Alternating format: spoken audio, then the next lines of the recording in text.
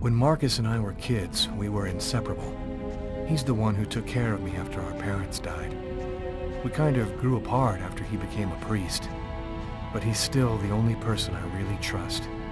The only one who might believe that I had nothing to do with all this.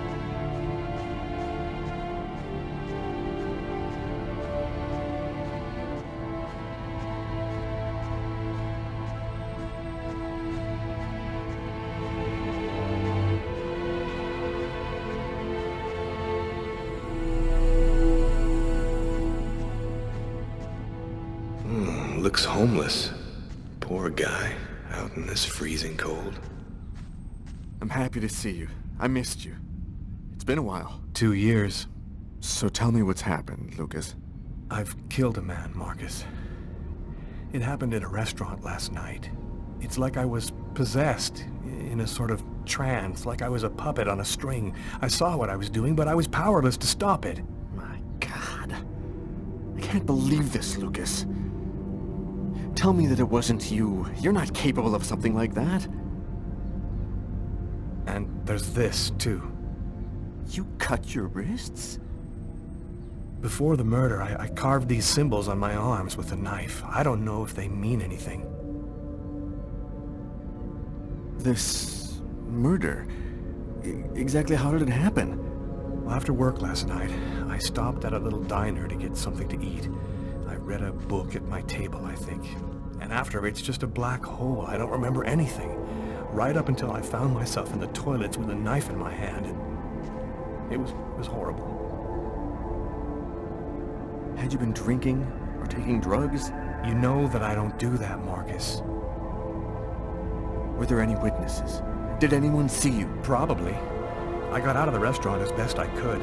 The police still haven't identified me, apparently, but it probably won't take them too long to track me down. While I was doing this horrible thing, I saw something, or rather someone. Somebody else there with you? No, it was like a sort of vision. I saw a man in the middle of hundreds of candles, and there was this little girl. There's something else you need to know. I know this sounds crazy, but after the murder, I had these premonitions, like I was seeing things that hadn't happened yet. What happened to me, Marcus? What am I supposed to do now? You know me better than anyone, Marcus. Help me. Listen, Lucas, I'm a bit lost here. This whole story is just so bizarre. Maybe you need some professional help.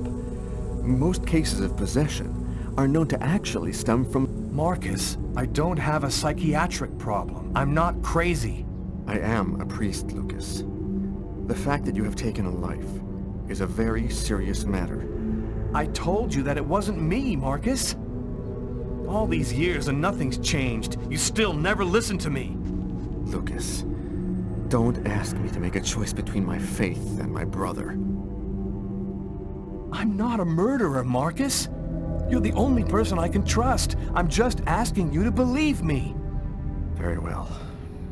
I'll do whatever I can for you, but I can't do anything that goes against my beliefs. Look, I need to get some answers. I'll call you. Here. You need this more than I do. Marcus, you know that I don't believe in all that. Thanks.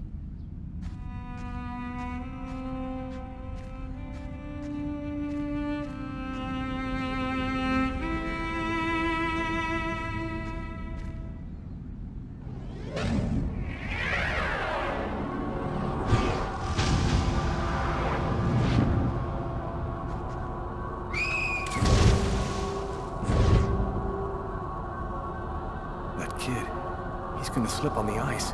I've got to stop him. The cop in the restaurant. If I don't do something, the child will die. If I do something, the cop will recognize me. What am I gonna do?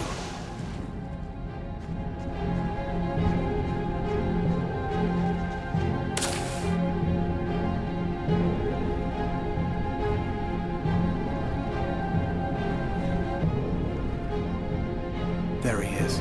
He's lost consciousness. Quick, I've got to go back up before I run out of air.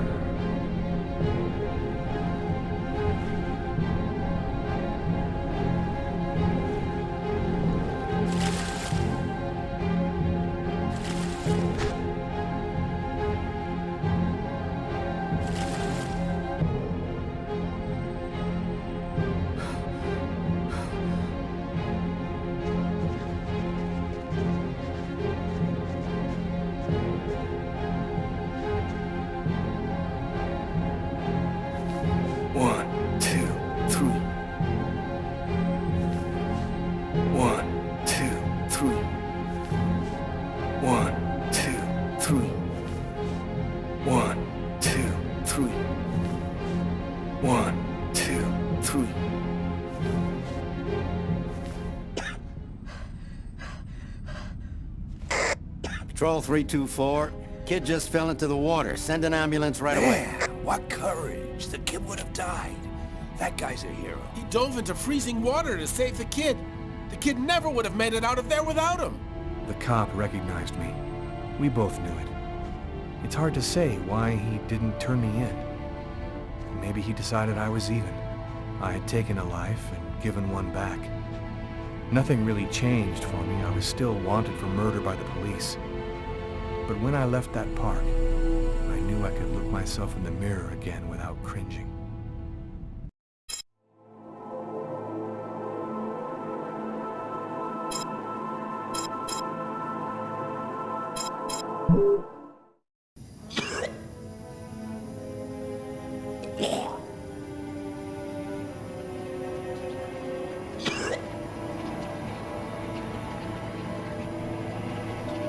I was burning with fever.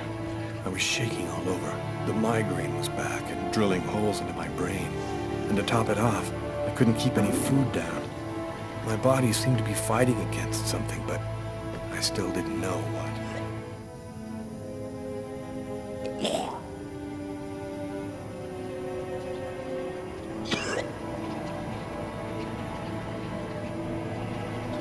I was burning with fever. I was shaking all over.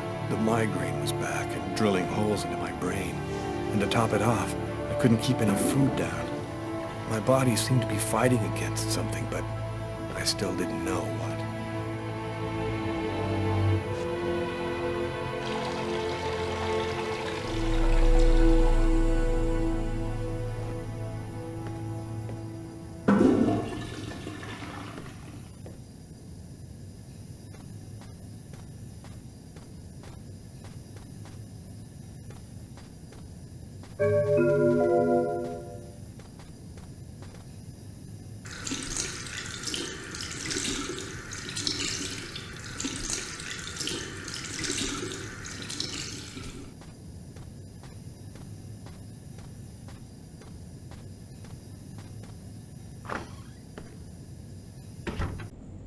Gotta just live my life no matter what. Don't raise any suspicions. Despite the state I was in, I decided to go to work as though nothing had happened.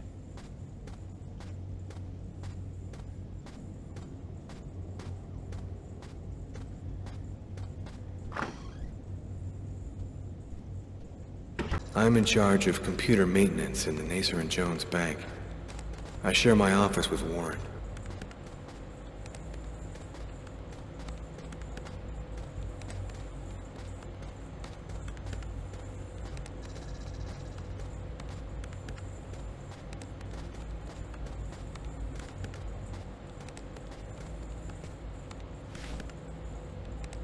Do you know what time it is? What's wrong with you? I had a little problem on the way back in. I had to go back home and change my clothes.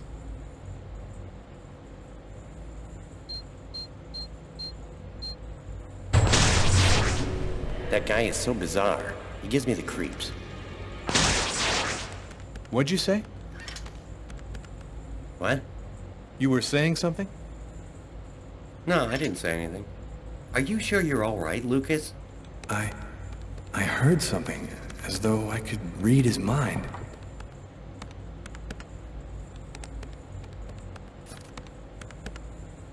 Tiffany and I. About 2 years ago, I guess. I haven't been able to throw it away yet.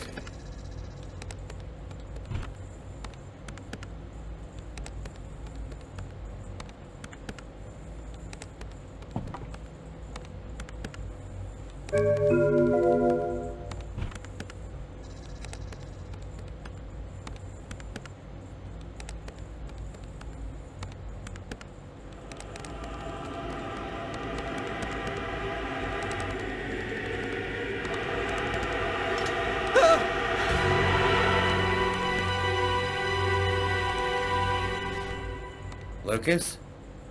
You okay? Yeah, I'm fine.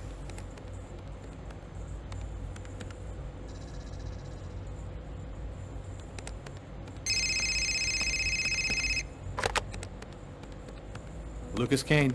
Hello, Lucas. Oh, hello, Tiffany. I left a message on your machine last night. I'd like to come and pick up some stuff at your place. Could I come over tonight? I should be back home around 8 o'clock tonight. Okay, it won't take too long.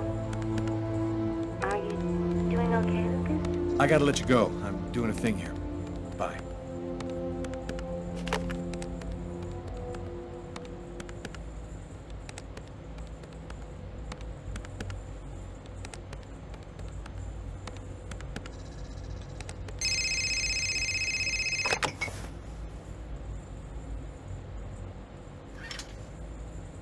Hello?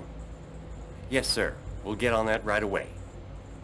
Station 62 is down. I'll go. No, forget it. I'll handle it. Whatever you say.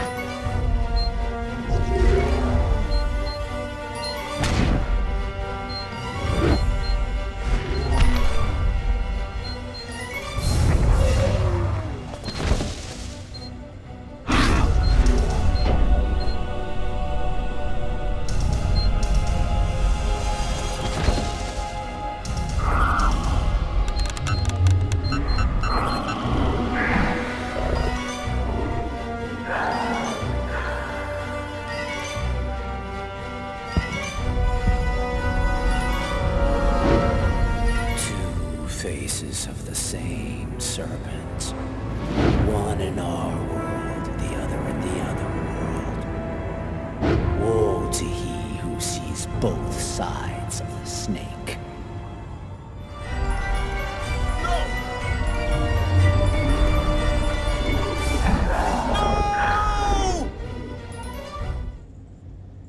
Lucas? Lucas, what happened? Can you hear me? Are you all right? Hey, you've hurt yourself. You're bleeding. I gotta go. I didn't have the slightest idea what had happened. But one thing I do know, those things almost killed me.